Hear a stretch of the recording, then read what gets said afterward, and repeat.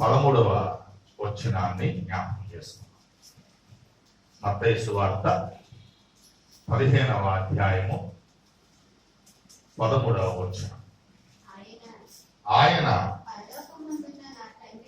పరలోకమందున్న నా తండ్రి నాటని ప్రతి మొక్కయు పెళ్ళగింపబడును.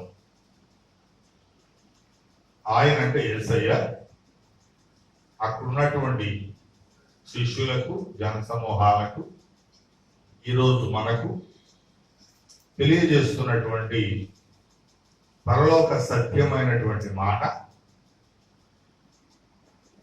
ఏంటయ్యా అంటే, నా తండ్రి నాటని ప్రతి మొక్క వెల్లగించబడును. ఈ మాటను మీ హృదయాల్లో దేవాది దేవుడు భద్రపరచును గాక. నా తండ్రి నాటని ప్రతి మొక్క వెల్లగించబడదు. మొక్కే కదండి, పీకేస్తే పోలాంగా కదా. మొక్క అంటే దాని డెఫినేషన్ ఏంటంటే, ఎవరు ఇశ్రాయేలీ ఏమంటారు, నేను నాటిన నా తోట, నా యొక్క ద్రాక్ష చెట్లు ఎవరిని సూచిస్తున్నాయి? ఇశ్రాయేలుని సూచిస్తున్నాయి. ఆ యొక్క వనము ఎవరిని సూచిస్తా ఉంది? యోధా వారిని సూచిస్తా. అంటే ఏంటి? మొక్క అంటే ఆయన యొక్క జనాంగము ఒకటి, రెండవది ఆయన ఏర్పాటు చేసుకున్నటువంటి బిడ్డలు ఇశ్రాయేలీలు. ఆయన ఏర్పాటు చేసుకున్న వారు యోధా వారు, ఆయన యొక్క జనాంగం. అందుకని ఆయన ఈ లోకానికి యోధా వంశంలో నుంచి ఉద్భవించాడు, జన్మించాడు. కాబట్టి యోధా అంటే వనం. వనంలో ఏముంటాయి? రకరకాల చెట్లు ఉంటాయి. వనంలో. తోటలో ఏముంటాయి? ఒకే జాతికి చెందినటువంటి చెట్లు ఉంటాయి. ఇది ద్రాక్ష తోట, ఇది మామిడి తోట, ఇది జామ తోట. అంటే తోట అంటే ఒకే జాతికి చెంది, ఒకే లక్షణం, ఒకే ఫలం, ఒకే కాపు, ఒకే ఆకారం, ఒకే ఆకు. అంతేనా?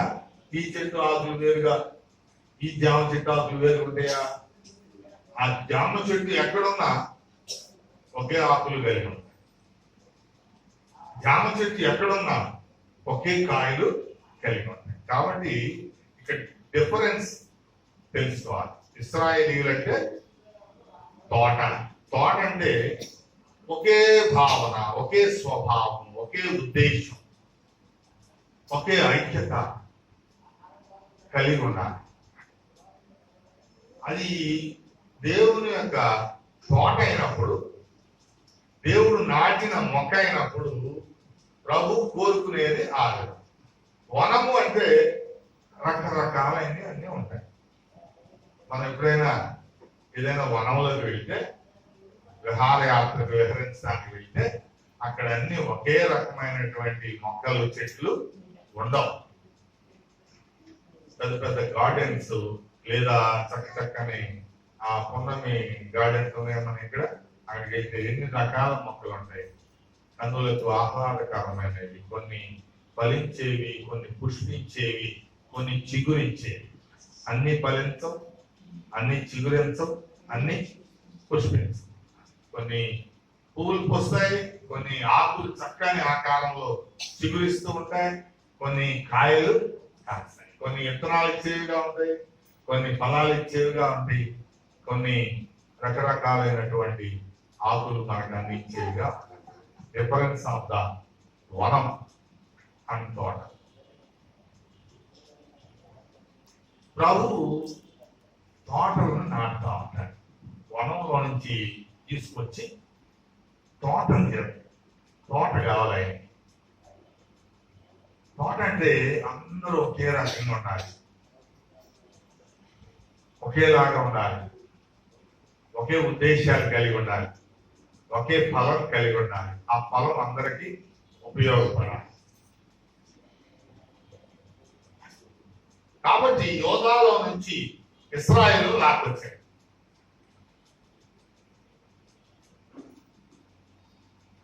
మనం ఐగుప్తులో ఉండొచ్చు, మనం యెరూషలేములో ఉండొచ్చు, ఇంకొక చోట ఉండొచ్చు, ఇంకొక చోట ఉండొచ్చు. అక్కడ కూడా ఫలించే ఉంటాయి, అక్కడ కూడా చిగురించే ఉంటాయి, అక్కడ కూడా పూత పెట్టే ఉంటాయి, అక్కడ కూడా పనికిరాని ఉంటాయి, ఎండిపోయేవి ఉంటాయి.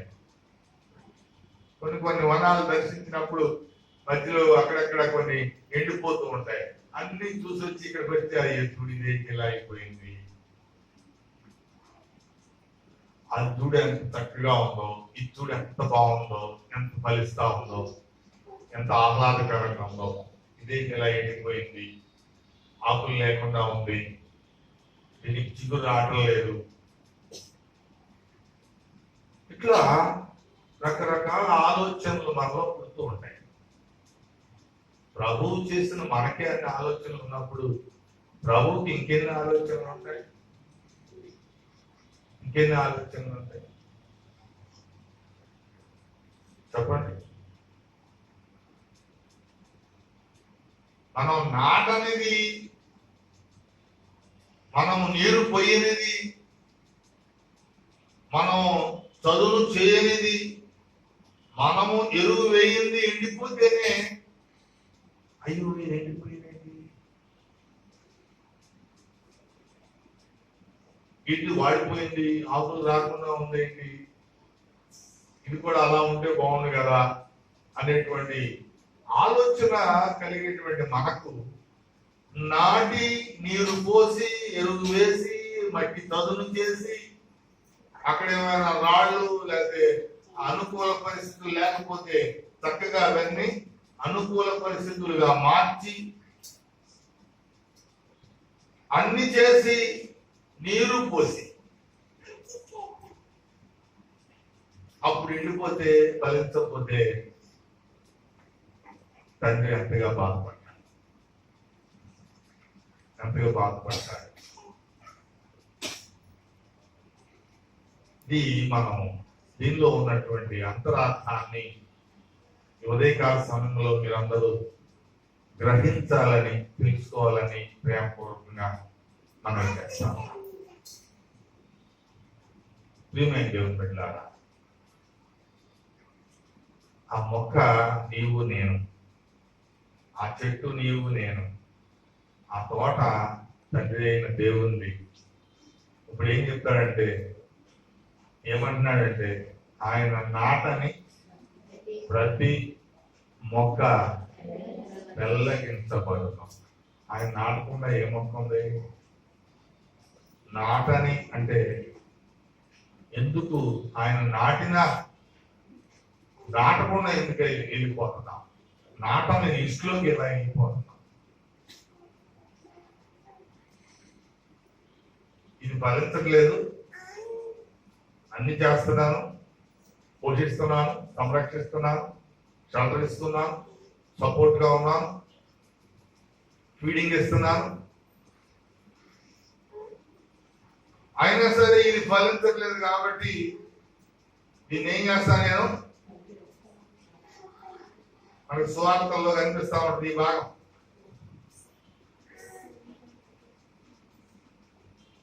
ఎదురు వేస్తున్నాడంట, తోతున్నాడంట, నీళ్లు పెడుతున్నాడంట, అన్ని చేస్తున్నాడు. అన్ని చేస్తున్నా ఏ లిస్టులోకి వెళ్ళిపోతుంది? ఫలించనటువంటి జాబితాలోకి వెళ్ళిపోతుంది. ఎందుకు ఈ ఫలించండి? ఎందుకు ఇక్కడ స్థలం వేస్ట్, పరిచర్య వేస్ట్, దానికి చేసేటువంటి ఖర్చు వేస్ట్, టోటల్ గా అంతా వేస్ట్. కాబట్టి దీన్ని తీసేయి, పూర్ణంగా ఉపయోగపడుతుంటే. ఎందుకు ఉపయోగపడదు? ఎందుకు ఇక్కడ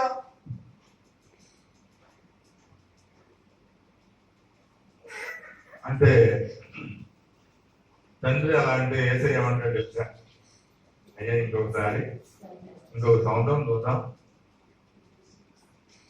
అప్పుడు కూడా నువ్వు నాటబడిందిగానే ఉంటే, అప్పటికి కూడా నీ చుట్టుగా మారకపోతే అప్పుడు పెళ్ళగించేద్దాం.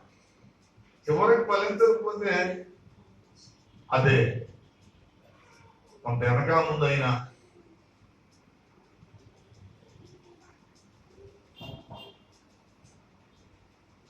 జడ్జిమెంట్ అనేది వెళ్ళగించబడుతుంది. విజ్ఞులైన మీరు, జ్ఞానం కలిగినటువంటి మీరు ప్రభు వాక్యం ఎందుకు ఇలా తెలియజేస్తా ఉంది అనేది గ్రహించాలి. గ్రహించకపోతే, ఎందుకంటే ఇది స్వయంగా క్రీస్తు తన బోధన ప్రారంభించి ఈ లోకానికి తెలియజేసినటువంటి శ్రేష్టమైనటువంటి మాట. ఏం చెప్తాడు దావీదు రాసిన కీర్తన 80వ కీర్తనలో ఏం చెప్తున్నాడు? ఎక్కడో అన్ని జనుల మధ్య ఐగుప్తులో ఉన్న నేను తీసుకొచ్చి, ఎక్కడి నుంచి తీసుకొచ్చాడంట? ఐగుప్తు అంటే ఏంటి? చీకటి, పాపము, అంధకారము, శాపము, అక్కడి నుంచి నిన్ను తీసుకొచ్చి తెచ్చి తిని వెళ్ళగొట్టి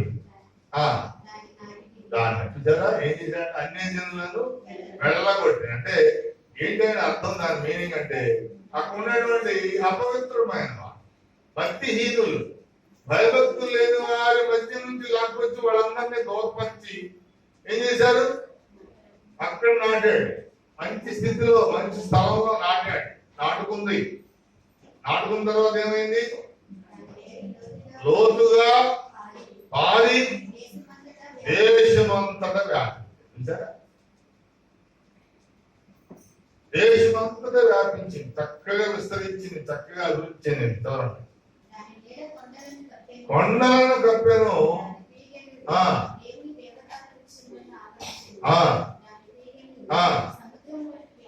వ్యాపించాను.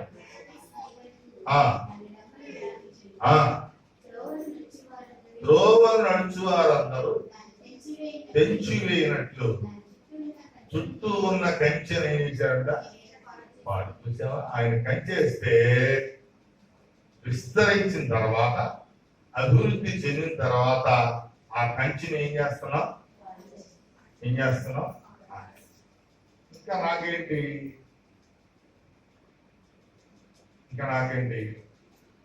రోడ్కే నా ఖ్యాతి బూదిగంతాల వరకు వెళ్ళిపోయింది.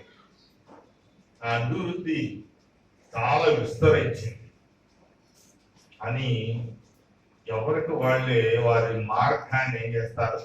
చెప్పారు.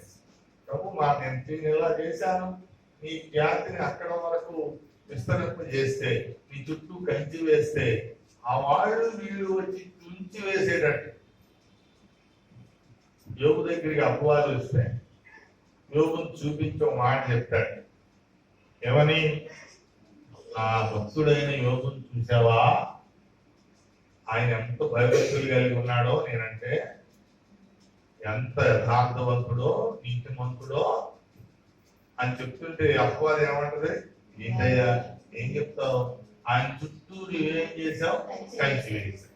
ఆయన చుట్టే కాదు, ఆయన కలిగిన దాని చుట్టూ కూడా కంచి వేసావు. గుర్తుపెట్టుకోండి, దేవుడు నీ చుట్టూ కంచి వేసినప్పుడు నీకు కలిగిన దాని చుట్టూ కూడా కంచి వేస్తాడు. నీ భర్త చుట్టూ వేస్తాడు, నీ బిడ్డల చుట్టూ వేస్తాడు, నీ పాస్తుల చుట్టూ వేస్తాడు. దేవుడు నీకు ఇచ్చిన ప్రతి స్థితిని దాని చుట్టూ కూడా కంచి వేస్తాడు. కాబట్టి నువ్వు ఆ కంచి లోపలే ఉండాలి. చుట్టూ కంచి వేస్తాడు. అంటే నేను దేవుని నమ్మాను కాబట్టి, దేవుని రక్షణ పొందాను కాబట్టి నా ఒక్కడి చుట్టే వేస్తాను అనుకోకూడదు. కలిగిన దాని ప్రతి దాని చుట్టూ మనం చూస్తే యోగు భార్య అంత సంపూర్ణత గల స్త్రీగా కనిపించదు మనకి.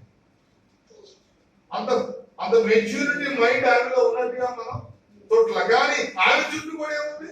కంచెం. ఆస్తి చుట్టూ, పశువుల చుట్టూ, వారి సంపద చుట్టూ కాబట్టి మొత్తం అంతా కంచి చేశావు కాబట్టి నిన్ను కాకపోతే నన్ను ఆరాధిస్తాడా అని అంటున్నాను.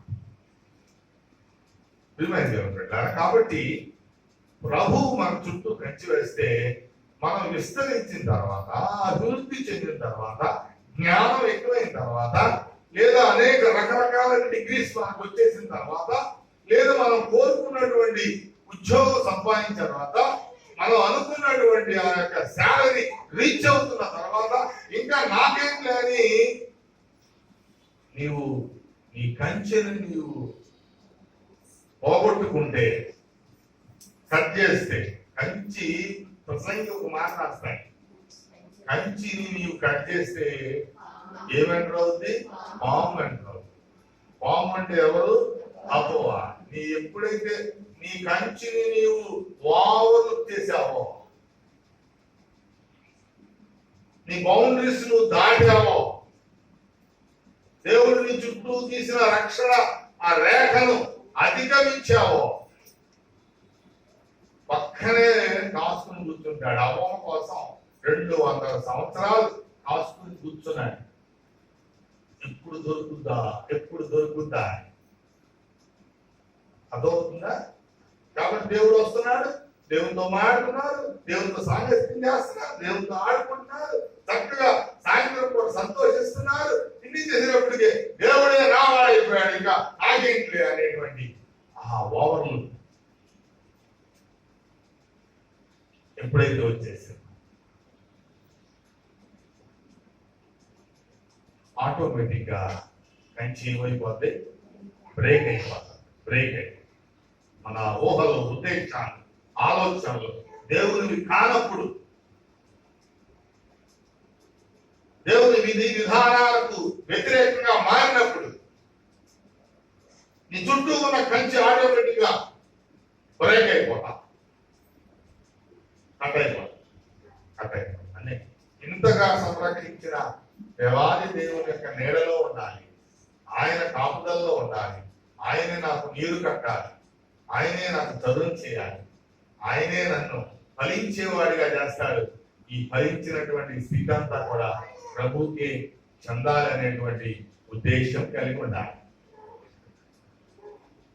ఎప్పుడైతే ఆ వ్యతిరేకమైన స్థితిందో, నీ చుట్టూ కంచి నువ్వు కట్ చేసుకుంటే అందరూ రావడానికి పోవడానికి భక్తిహీనులు వస్తారు, అమ్మా దేవుని శక్తి లేని వారు వస్తారు, దేవుని జ్ఞానం లేని వారు వస్తారు, అన్ని జనాంగం నీ దగ్గర ఆ బౌండరీస్ లోకి వచ్చేస్తాయి. విడిగా ఇష్టానుసారంగా బ్రతికే వాళ్ళందరూ ఎంటర్ అయిపోతారు. ఉన్నటువంటి పరిశుద్ధతను కోల్పోతాం, పవిత్రతను కోల్పోతాం. అప్పుడు వరకు ఉన్న కట్టుబాట్లన్నీ సన్నగిల్లిపోతూ ఉంటాయి. ఈ లోకంలో మనం ఎక్కడ దేవుని అక్షరాలు నేర్చుకున్నాము, జీవవాక్యాన్ని ఎక్కడ పారాయణం చేయడం మొదలు పెట్టామో, ఎక్కడ బలపడ్డామో క్రీస్తులో, ఎక్కడ రక్షించబడ్డామో, ఎక్కడ దేవాది దేవుని జ్ఞానాన్ని పొందుకున్నామో, ఇవన్నీ అయిపోయిన తర్వాత ఇప్పుడు వారి ఆ విశ్వాసికి దైవజన లేక ఆ దేవుని యందు ఎదిగినటువంటి వాడు అంతకు ముందు ఉన్నటువంటి ఆ దేవుని సన్నిధి, ఆ దేవాలయం చిన్నగా, ఇరుగ్గా, ఫెసిలిటీస్ లేనిదిగా కనిపిస్తా ఉంటది. ఎక్కడైతే కార్పొరేట్ వ్యవస్థలో సకల సౌకర్యాలు ఉంటాయో అక్కడికి వెళ్ళిపోతాం. వాళ్ళు జరిగేవన్నీ అవే, వాళ్ళ ప్రపంచంలో జరుగుతున్నవన్నీ అవే. కార్ పార్కింగ్ లేదండి మా చర్చిలో, అందుకే పార్కింగ్ ఉన్నటువంటి చర్చికి వెళ్ళిపోతాం. ఈ పార్కింగ్ కావాలి కానీ దేవుడు అక్కడ సౌకర్యాలు లేవండి, కింద కూర్చోవాలి కాబట్టి మేము కింద కూర్చోలేం కాబట్టి ఫలానా చోటకి వెళ్ళిపోతున్నామండి. దేవుడు నిన్ను ఎక్కడ ఫలింపజేశాడో, ఎక్కడ ఆశీర్వదింపజేశాడో, ఎక్కడ విస్తరింపజేశాడో అవన్నీ మర్చిపోయి ఇటువంటి నిర్ణయాలు తీసుకున్నప్పుడు మన కంచెను మనమే పెంచి వేస్తాం. ఆటోమేటిక్ గా కంచెను కట్ చేస్తే ఏమైనా ఎంటర్ అవుతామా? బాగుంటే అర్థం చేసుకోవాలి. సైతాన్ ఇక్కడ కూడా అలాగే ఎంటర్ అయిపోయింది. రోడ్డు మీద వెళ్ళే ప్రతివాడు ఆహా ఎంత చక్కగా ఉన్నదా ఇది ఏంటంటే హెయిర్ స్టైల్ అని దాన్ని బట్టి ఏం చేస్తా ఉంటారు, నాగేస్తాం. ఆకులు ఎంత బాగున్నాయి, ఈ పిందెలు ఎంత బాగున్నాయి, పూలు ఎంత బాగున్నాయి, ఈ కాయలు ఎంత బాగున్నాయి. మనం కూడా ఏదైనా చక్కగా పోసుకోవాడికి వెళ్తే ఏమనుకుంటాం, ఎప్పుడు చూడకపోతే కసక్కని చేసుకుందాం అనిపిస్తాం, అంతే కదా. అందుకని ఏం చేస్తారు, కొన్ని చాలా విలువైన గార్డెన్స్ కి చక్కగా వాటికన్నా ఎత్తుగా ఫెన్సింగ్ కంచి వేస్తారు. ఇంకా కొంతమంది ఏం చేస్తారు, అక్కడ కొంతమందిని నిల్వ పెడతారు. మేము ఒక తెనాల దగ్గర ఒక చర్చికి వెళ్ళాం. అక్కడికి వెళ్తే ఆ చర్చి ఆ గ్రౌండ్ లో చక్కగా గులాబీ పూలు అవన్నీ ఉన్నాయి. ఈ లోపల ఏం చేసేసాం,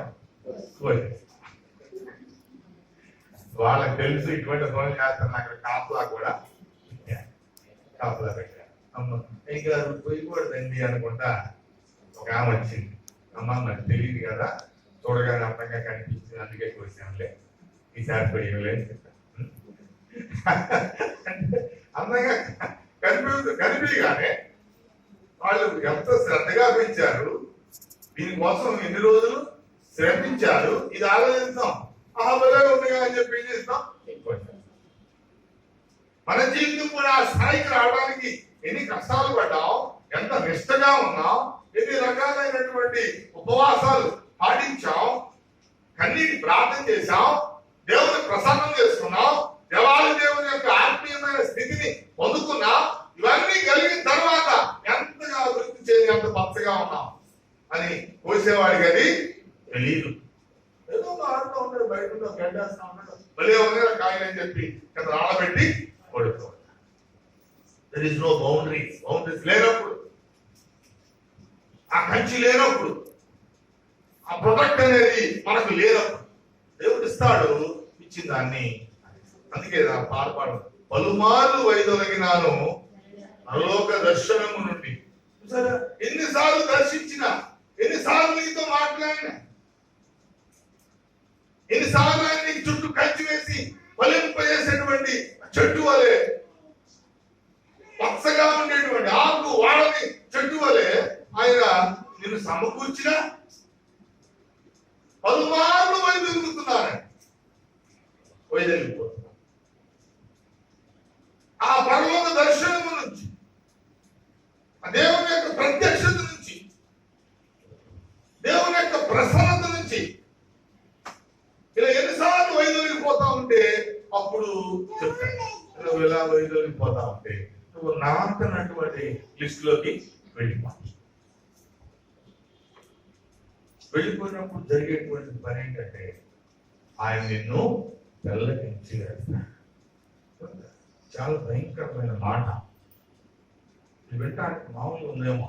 తెల్లగించటం అని తవ్వటం వేరు, తెల్లగించటం వేరు. నాటకానికి తవ్వుతాం, పీకి వేయడానికి తెల్లగిస్తాం. నాటాలి అంటే దాని ఎదుగుదల కోరుకుంటే చక్కగా తవ్వి చదువు చేసి మట్టిని పదును చేసి ఆ అడ్డం ఉన్నటువంటి గాజు పెంకులో ముళ్ళు అవి ఉంటాయి కదా, వస్తూ ఉంటాయి రకరకాలైన పరిస్థితులు, వాటన్నింటినీ వేరేస్తూ ఉంటాం.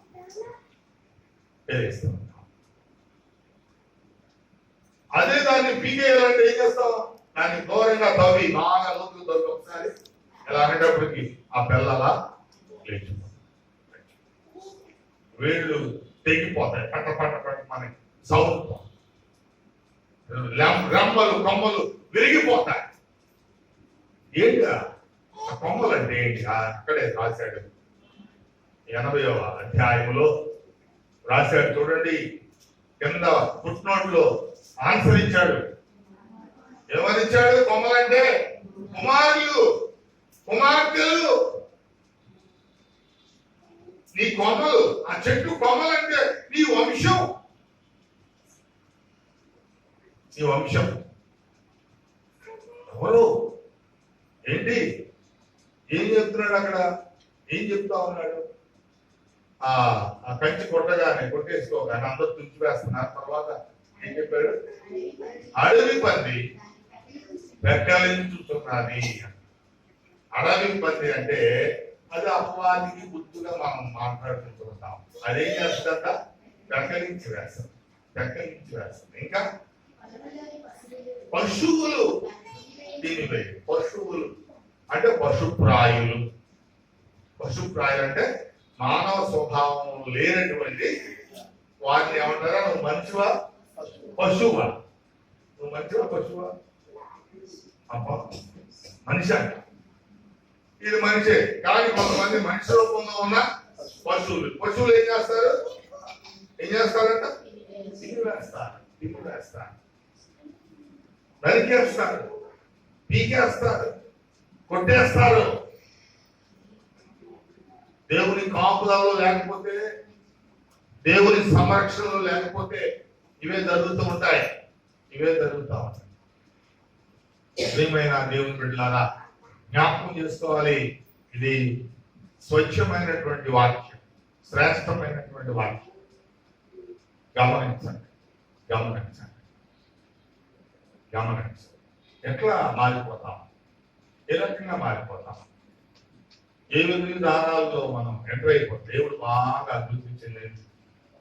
దూరం మా బంధువులు ఉన్నారు చాలా మంది. మొన్న ఒక ఆయన మాత్స్వరంలో ఫ్రాన్సిస్ జేవియర్ ఆయన పేరు, పుట్ల చనిపోయారు. కుమార్తె కుమారుడు ఇద్దరు అమెరికాలో ఉండిపోయారు. ఇక్కడ పర్యటన చేయడానికి ఎవరు చనిపోయిన సంగతి కూడా 3 రోజుల తర్వాత 4 రోజుల తర్వాత లోకాలిటీలో ఈ లొకేషన్ లో ఉన్న బంధువులకు కూడా 4 రోజుల తర్వాత తెలిసారు. ఏంటి పరిస్థితి చెప్పుకుంటాం. మా అబ్బాయి అమెరికాలో ఉన్నాడండి, మా అమ్మాయి ఆస్ట్రేలియాలో ఉంది, అక్కడ ఉన్నాం అంటే దేవుడు ఇక్కడ నుంచి అంత దూరం విస్తరింపజేశాడు. అన్నాంతరాలు వ్యాపింపజేస్తానని దేవుడు మనకు అభయమిచ్చాడు. అంత దూరం నువ్వు వ్యాపింపజేసినప్పుడు నువ్వు అక్కడ వరకు తీసుకెళ్ళినటువంటి దేవాది దేవుణ్ణి ఏం చేయాలి? ఎల్లప్పుడూ జ్ఞాపకం పెట్టుకోవాలి, ఎల్లప్పుడూ జ్ఞాపకం పెట్టుకోవాలి. పెట్టుకోకపోతే ఫోన్ చేసి చెప్తే ఇక్కడ ఎవరో అక్కడ నుంచి ఫోన్ చేసి ఇక్కడ బంధువులకి ఏదో ఒక రోజు ప్రేయర్ మీటింగ్ పెట్టండి అన్న, కావాల్సినవి పంపిస్తాం. ఎందుకని నాకు ఒకరు లేవు, ఉన్న ఒక షార్ట్ పీరియడ్ లో రాలేదు. పరిస్థితి ఎందుకు వెల్లగించబడుతున్నాం, ఎందుకు పెరిగివేయబడతాం అంటే ఆ మత్తయి సువార్తలోనే కొన్ని విషయాలు మనకి తెలియజేశారు. చూడండి 15వ అధ్యాయం మత్తయి సువార్త 3వ వచనం. మీరును ఆచారము నిమిత్తము దేవుని ఆజ్ఞను ఎందుకు అతిక్రమిస్తున్నారు? ఎవరయ్యా వీళ్ళు అంటే దేవుని ఆజ్ఞలను అతిక్రమించేవారు. దేవుని ఆజ్ఞను అంతకుముందు దేవాది దేవుని కృపలో ఎదిగిన వారు విస్తరించిన తర్వాత, అభివృద్ధి చెందిన తర్వాత, ఫలించిన తర్వాత చివరికి ఏమవుతున్నారంటే దేవుని యొక్క ఆజ్ఞలను అతిక్రమిస్తారు. అందుకే అంటాడు మీరు ఈ లోకంలో ఎలా ఉండాలి, దేవుని కలిగిన వారిగా ఉండాలి, అంతేగాని ధనం కలిగిన వారిగా ఉండకూడదు. ధనాపేక్ష సర్వ కీడులకు మూలం. ధనాపేక్ష అనేది అంటే రిచ్నెస్. ధనాపేక్ష అంటే డబ్బే కాదు, ఆ రిచ్నెస్, ఆ హోదా సమస్త కీడులకు మూలం. దీనికోసం పూర్వకాలంలో అంటే ఒకరినొకరు ఏం చేశారు? ఒడుచుకుని తెచ్చిపోయారు. వీడిని వాడు వాడిని వీడి చివరికి గద్దంతే. ఈ పెద్ద పెద్ద ఉన్నతమైనటువంటి స్థితిలో నియంత్రులుగా వ్యవహరించిన వారు చివరి దశలో వారిని వారే చంపేశారు. ఎవడో వచ్చి చంపడం, గ్రేట్ హిట్లర్ వాడు అందరినీ చంపాడు. చివరికి దేవుడు ఎలా రాశాడంటే వాడిని వాడే చంపేసుకునేట్టుగా పెద్ద పెద్ద గంట వహించిన రాజులు కూడా ఆ ఆపద సమయంలో ఎట్లా వారిని రక్షించుకోవాలో తెలియక వారి భార్యలందరినీ వాడే చెప్పేస్తాడు, వారి బిడ్డలందరినీ వాడే చంపేస్తాడు. మన చరిత్ర ఫోటోలో చూసినప్పుడు ఇటువంటి వాళ్ళ కోపంగా కనిపిస్తాను.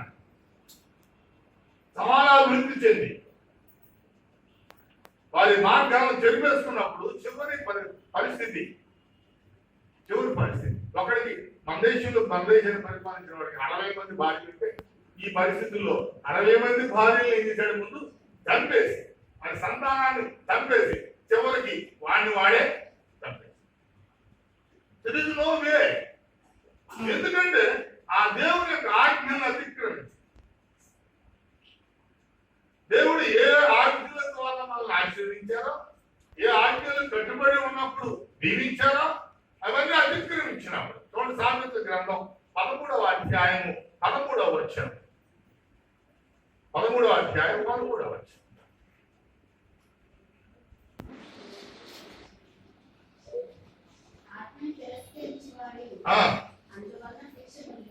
ఆజ్ఞను తిరస్కరించువాడు ఏమవుతాడు? ఎవరైతే ఆజ్ఞను తిరస్కరిస్తారో వారు శిక్షకు పాత్రులు. జ్ఞాపకం పెట్టుకోండి. ఆజ్ఞ అనగా దేవుని ప్రేమించడమే, దేవుని వాక్యాన్ని ప్రేమించడం, దేవుని అంగీకరించడం. ఎందరూ అంగీకరిస్తారో వారందరూ నా యొక్క ప్రియ కుమారులు, ప్రియ కుమార్తె. నువ్వు అంగీకరిస్తే అంటే ఆజ్ఞను పాటించడం అంటే ఆయన్ని అంగీకరించడం. ఆయన్ని అంగీకరించడం అంటే నీవు ఆయన నాటాడు అంటే మనం ఆయన పిల్లలం. అవునా కదా? మనం మన ఇంట్లో మొక్క నాటితే ఇది నాది, ఇది మొక్క నాది, నేనే నాటాను. అదే ఇంట్లో ఉన్న ఇద్దరు తల్లి ఇంకో మొక్క ఇది మా అమ్మ నాటింది అని, ఇది మా అమ్మ నాటిన మొక్క, ఇది మన్నయ్య నాటిన మొక్క. లేకపోతే ఇది నువ్వేం చెప్తావు? నువ్వే నాటేవా? అట్లేదు. నువ్వు నాటిందని ఏం చెప్తావు? ఇది మొక్క నాని, దాని యొక్క పేటెంట్ హక్స్ అన్ని కూడా ఎవరైతే నాటుతాడో వాడి. మనందరం ఆయన నాటినప్పుడు మన యొక్క పేటెంట్ హక్స్ అన్ని ఆయనదే, మన మీద అధికారం ఆయనదే.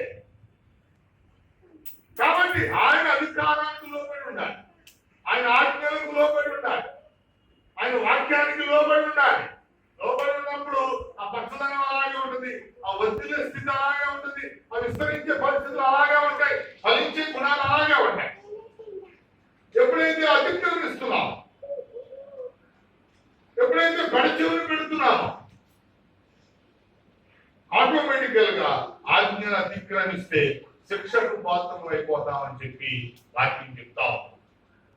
మొదటి యోహాను పత్రిక 5వ అధ్యాయం మొదటి 2 వచనాలు చూద్దాం. 5వ అధ్యాయము మొదటి 2 వచనాలు.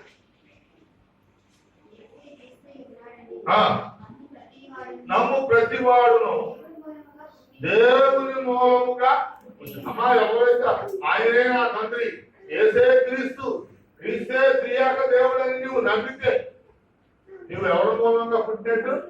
దేవుని మూలంగా పుట్టినట్ట. అది పుట్టించిన వారిని ప్రేమించు ప్రతివాడు ఆయన మూలముగా పుట్టిన వారిని ప్రేమించును.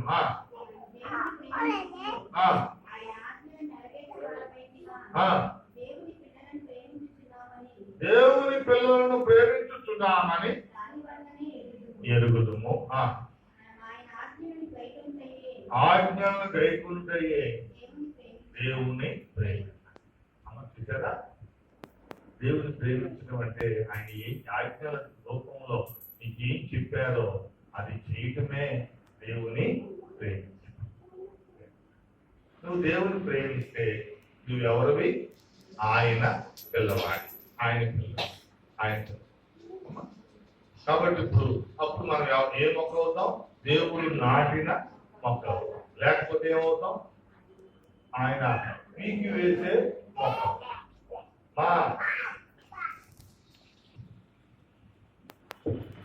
ఆయన పెళ్ళగించేటువంటి మొక్క. ప్రియమైన దేవుడు బిడ్డ, చాలా స్పష్టంగా వాక్యం నీతో మాట్లాడుతుంది. దేవుని యొక్క విధి విధానాన్ని తెలియజేస్తాం. ఆయన మొక్కగా నువ్వు ఎలా ఉండాలి, ఆయన సంరక్షించేటువంటి ఆ యొక్క మొక్కగా నువ్వు ఎలా జీవించాలి, ఎట్లా ప్రేమించాలి, వాక్యాన్ని ఎలా అంగీకరించాలి, త్రియేక దేవుని ఎలా విశ్వసించాలి. అలా విశ్వసించినప్పుడు నీవు ఆయన పిల్లవాడివి, ఆయన కుమార్తెవి, ఆయన కుమారుడివి. ఎవరు అంగీకరించరో వారు ఆయన కుమారులుగా కుమార్తెలుగా పిలువబడరు. అదే అక్కడ స్పష్టంగా చెప్పాలి. కాబట్టి మొదటిది ఏం చేయాలంటే, ఆయన పెళ్ళగించకుండా ఉండాలంటే మనం ఏం చేయాలి? ఆజ్ఞలను గైకొనాలి. రెండవది 4వ వచనం, 15వ అధ్యాయం మత్తయి సువార్త 4వ వచనం.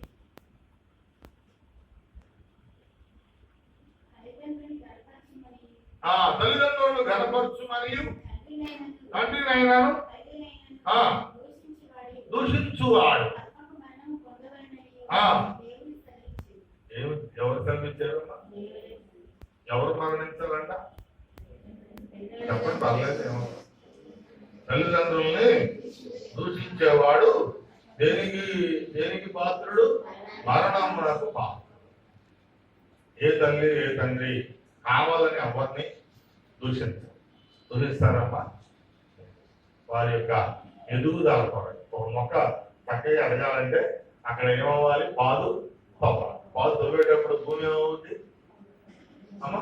కళ్ళగింత పడితే కొద్ది చిన్న తోగుతూ ఉన్నప్పుడు, అమ్మో ఇదేవిడ నన్ను ఇలా తవ్వేస్తున్నాడు, నాకు ఎప్పుడు కొడుతుందని భూమి అరిస్తే చాలా లోపలికి. అట్లాగే తల్లిలో తండ్రిలో నీకు చెప్పేటువంటి విధి విధానాలు నీ మనసు కొంచెం కష్టం కలగవచ్చు, అయినా ఇది నా కోసమే. Must understand. బాధ పెట్టాలనో, ఏడిపించాలనో, లేదా క్రిస్టియన్ చేయాలనో, డిసప్పాయింట్ చేయాలనో ఎవరు కూడదు. తెలియజేయడం, తెలియని తెలుసుకునేటట్టు చేయడం, అర్థం కాని అర్థమయ్యేటట్టు చెప్పడం, ఖచ్చితమైనటువంటి విధి విధానం తల్లిదండ్రుల యొక్క అది ఖచ్చితమైనటువంటి పని, వారి బాధ్యత. తల్లి గట్టిగా ఇస్తే అలుగుతాం, నాన్నగట్టు గొంతు అంత ఏం చేస్తాం? గొంతు పెద్దగా ఉంటుంది, నాన్న గొంతు గట్టిగా సౌండ్ వస్తుంది అంటే ఏం చేస్తాం?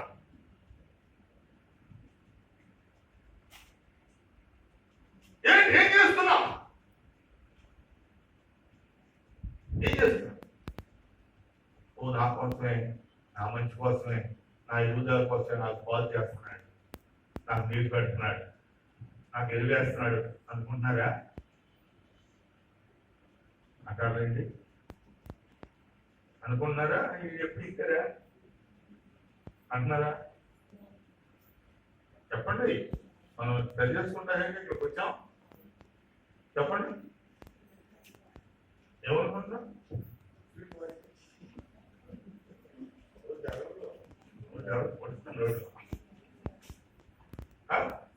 ఏంటి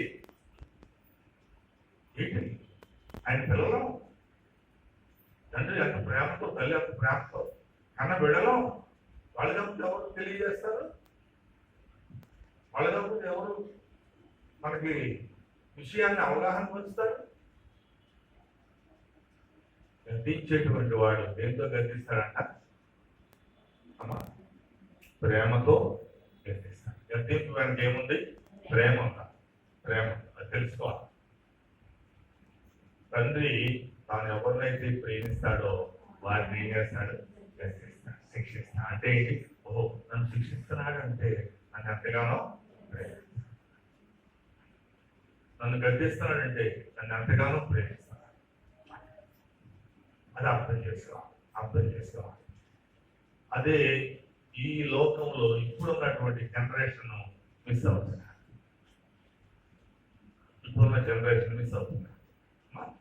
చాలా బాగా రిచ్ అయిపోయిన తర్వాత ఈ తల్లిదండ్రులను తీసుకెళ్ళి ఎక్కడ పెడుతున్నారు? వృద్ధాప్య ఆశ్రమంలో పడేస్తున్నారా? ఇక్కడ ఉన్నది అదే. అక్కడ రాసింది ఏమని రాశారు? చదవండి.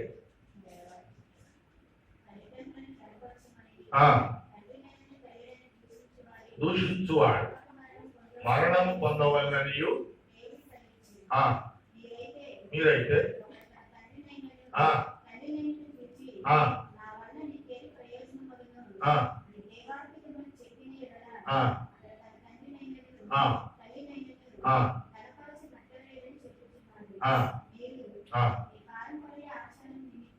ఆ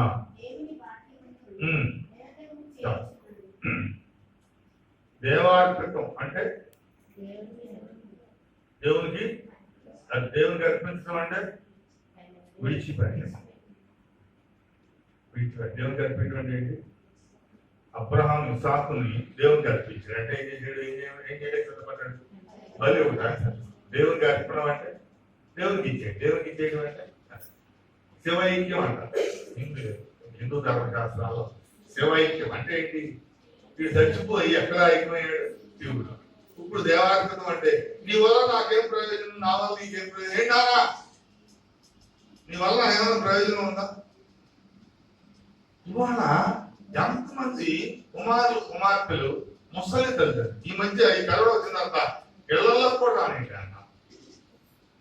ఎంతమంది బస్టాండ్లలో సెంటర్లో కూర్చున్నాయా నాకు బాగలేదని నా కుమార్తె ఇంట్లోకి రానిట్లేదు, నా కుమారుడు ఇంట్లోకి రానిట్లేదు. చూసారా? ఇటువంటి వారిని దేవుడు పెళ్ళగించుకుని ఎలా ఉంటాడు చెప్పండి? పెళ్ళగించుకుని ఎలా ఉంటాడు? నిన్ను కన్నటువంటి తల్లిని తండ్రిని నువ్వు కనీసం గౌరవించు. మన దగ్గరికి వస్తాను చాలా మంది హిస్టరీస్, ఒక్కొక్క హిస్టరీస్ అంటే నాకు తెలుసు. ముదిమిలో ఒక ముద్ద ఆహారం పెట్టలేనటువంటి కుమారులు కుమార్తెలు కోడళ్ళు అల్లుండ్రు